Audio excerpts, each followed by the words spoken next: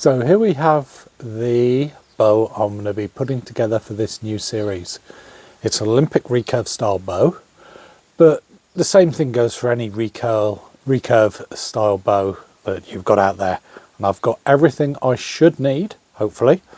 I may need the odd Allen wrench or Allen key to just tighten things up, but if we start on the left, it's just how I'm looking at it, we start with the stabilizer set. So I'm going toe point stabilizer. I think it's a 32 inch long rod with 12 inch, 15 inch side rods, something like that anyway.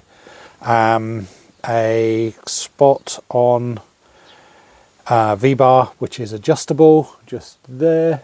Then we've got a damper just here and an extender for the long rod.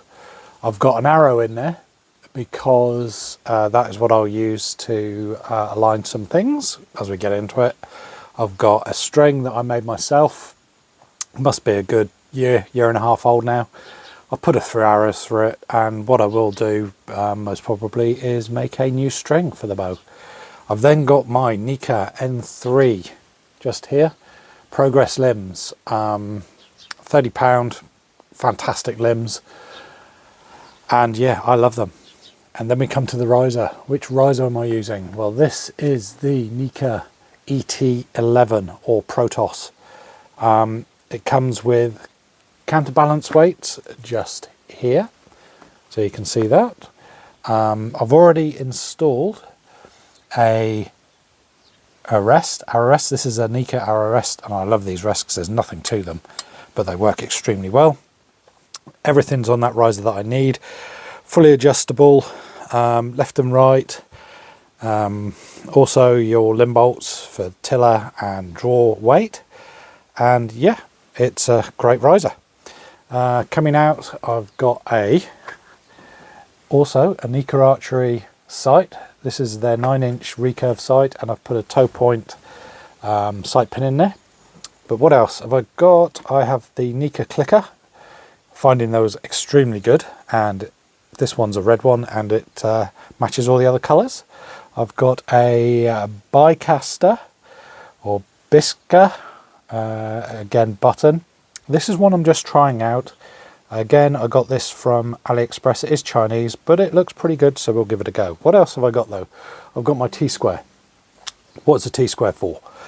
Lots of different things. Brace height, tiller, also setting knocking points and stuff like that. So it's a must you should always have, and you should always check your brace height and your tiller before you shoot when you put your bow together. What else have I got? I have got a bow scale. Yeah, put it on the bow, draw with an arrow in there and see what you get. I've got limb alignment tools, and I've also got a wrist sling because I don't use finger slings because I just can't get on with them.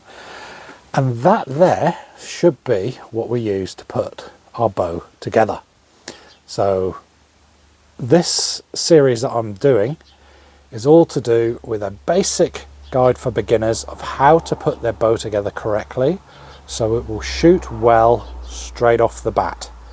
Yes, we're going to look at things like brace height, we're going to look at tiller, we're going to look at setting center shot, we'll look at tuning and how to put all of our bits onto the bow, so when we shoot the bow nothing will be damaged, nothing will fall apart, and it's all going to be in good condition. So stay with me and we'll look at the first thing we're going to do, and that is put the limbs onto the riser itself. So let's go and do that. Before we get into this series, I would like to share with you something that the company who I bought my riser from, and yes, I bought my riser and I bought these limbs, so purchased everything. However, I've been in contact with them, shown them that I'm using them on my channel and stuff like that, and they have given me a coupon code for my viewers and subscribers for their ET11 Protos riser. This is the riser. It's an aluminium riser, or aluminum for our American brethren. it's very, very well made. It's CNC machined. You can see a couple of little marks, but nothing on there. It's black anodized. It's called the ET11 or the Protos. Comes in lots of different colors, and it comes in two-tone colors as well. So you can get black with the red insert, gold insert, pink insert, lots of things like that. Red, green, blue, you name it, all the different colors. I'll put a picture up. ILF limb pockets, fully adjustable, locking screws for your tiller bolts or your limb bolts, and it's also got extra spots on the back end as well as the front end for dampers and extra weights. Good place for a stabilizer. Bare bow, fantastic. It's already winning competitions in China, and it's also got some extra weights just below the handle as a counterbalance. Works really well. Very little vibration from it, especially with the Nika limbs, and I can very much recommend these Nika limbs, the N3s. Very stable, very fast, and yeah, just fantastic limb. Really hard wearing. In fact, Nika's got a video on their website, on their YouTube channel, of a guy standing on these, and a girl, I think, and then they don't break. Just shows how good these are. But yeah, check out the coupon code for the Nika ET11 or Protos riser down below in the description. I'll put it up here as well. Hi everyone, welcome back to the channel, Brook Valley Life, or hello for the first time. Archery, we're starting a new series, and in this series we are putting together a recurve bow, an Olympic style recurve bow, but this will be the same as your normal recurve bows for bare bow, traditional and stuff like that. Yes, this is a takedown, but a lot of this does apply to one-piece bows as well. And today we're starting right at the beginning. We are going to be fitting the limbs onto the riser, and here is the riser. It's the Nika ET11 Protos riser. Fantastic riser, check it out. Coupon code down below in the description. We are going to be putting in the riser the Nika Progress limbs, or the N3 limbs. These are a 55% carbon limb, very much like the mid-range Uka limbs. Now, I do know that Nika are coming out with a new limb, the N3 Pro, and from what I understand, they are 100% carbon. A lot more expensive, nearly double the price of these. These are about 240, and the new ones are about 550. That's US dollars. They look good. They've already won some competitions in China, but what we're going to do today is start putting together our bow. So our limbs start with, they come with a little sticker on them just here that says the weight, the draw weight at different size risers, 25 and 23 inch riser, and also that this is the lower limb. That's the top limb. Why is the difference? Well, it's all to do with your tiller and stuff like that, and we'll have a quick look at that a bit later. But these are ILF limbs, International Limb Fitment System, on our riser and the limbs. So what do? This is the lower limb. You'll notice we've got a little clip here that's spring loaded. We have our ILF system and our limb bolt. And what we do is we line up our little clip. It clips into the slot. We push down and we push in, and it locks into place. And it shouldn't fall out. That was lucky. Well done, Nika. And then we take our upper limb, which it says. We take the upper part of our riser. We put in, oh, hang on. We put in our little clip. Make sure it fits in the hole. And lock it in. It clips in. And all ILF limbs should fit in all ILF risers. Should do. Sometimes there are fitment issues. Some can be tight, some can be loose, some actually fall out. I've seen it where someone put a certain brand into another brand and they couldn't get their limb out. They did in the end, but it was a big struggle. So what do we do next? Well, we need to put the string on. Now,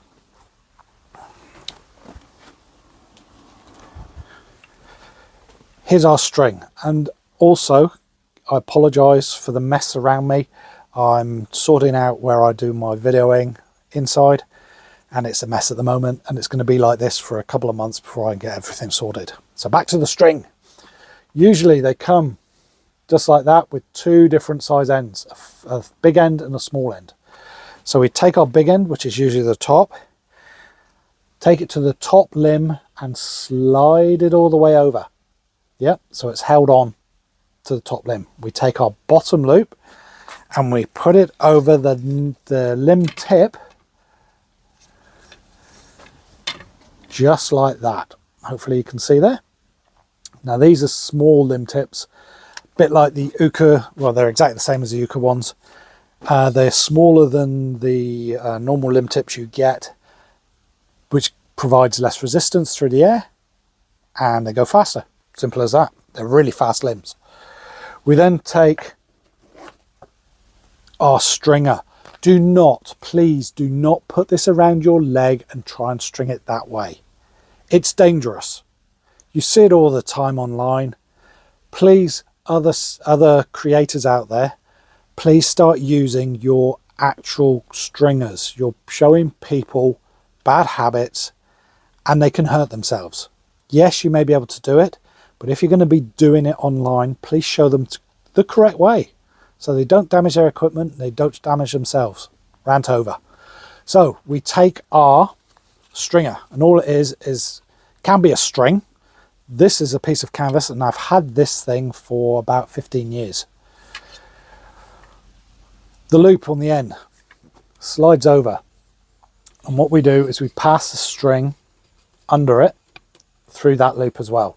So the string ends on the other side of the loop. We then take, whoop, nearly dropped it, sat a juggler. We then take our pocket end and we pass it and put it on to the other limb, making sure that the string is in the right position and it can't come off.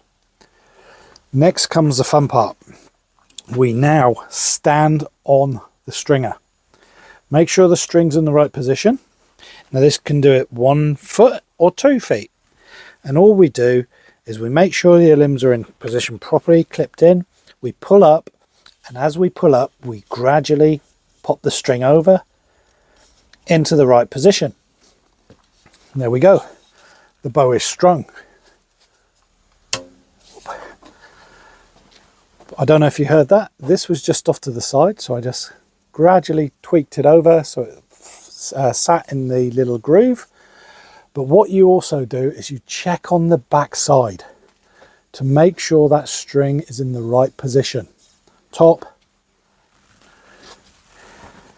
and bottom. As you can see, it's sitting in the right position. I'll just put this down here. Now I'm checking from the back side for safety again. If I know they're in the right position, so yeah, I'm an expert. If I was to check from this side and I'm there making sure it's in the right position and it wasn't, and this string popped off, this limb could fling forward and smack me in the old, in the face, take an eye out, or pretty bad stuff. So always check from the back, make sure that the string goes down the center of the limb, and then a lot of people pluck it a few times. That's usually to set the string and the limbs into their pockets, so there's no weird noises when you draw for the first time. There we've set up, all done. Strings on, all safe. We've not damaged anything. We've not damaged ourselves. Safe. Always use a stringer. Rant over again, sorry. And next what we're going to do is check our brace height and our tiller. Well, we're going to stop there for today. Video's going on too long. I don't want them going longer than 15 minutes if I can get away for it. I'm doing this bit a little bit after I've videoed what I'm videoing, what you're watching. You may notice that I'm a bit at the moment, because I'm full of the stuff that went around the world a couple of years ago, and I'm only getting it now. but I'm feeling I'm not feeling very well at the moment. So what we'll do is we'll stop there, and we will take up doing the brace height and tiller in the next video. So hope you've enjoyed this. Please hit the like, subscribe, all the rest of it, and I will catch you next time. Bye bye.